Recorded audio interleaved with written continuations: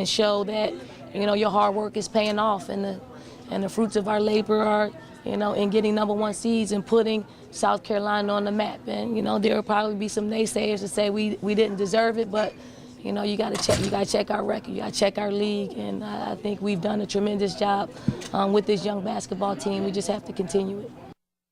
Yeah, got to keep pushing. And now there's even another challenge for the women's basketball team. Of course, Sports Talk, Coach Dawn Staley making those statements earlier after they became the first ever #1 seed, got it in the bag for them. But, Corey, now they've got to go all the way to Seattle. Yeah, I mean, you know what? Seattle's a beautiful city. You been there? No. I mean, you go down to, see the fishes, and they serve fish, and they cut them up. You go downtown. Beautiful city. But really, the Seattle, I mean, with all the other places for the Gamecocks to kind of be, place, they got to go to Seattle. Now, 27-4, they won the SEC outright. To me, and I'm throwing a question out to Janet Parker. Okay.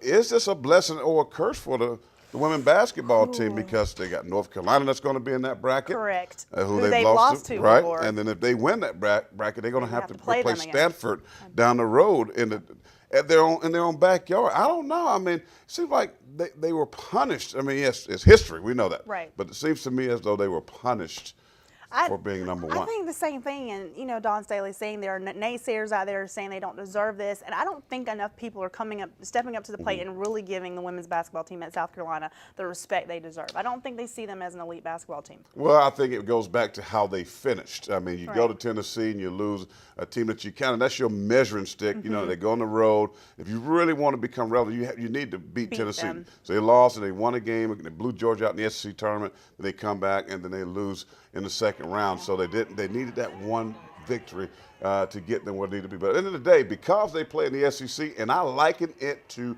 men's football, okay? The SEC, tough division.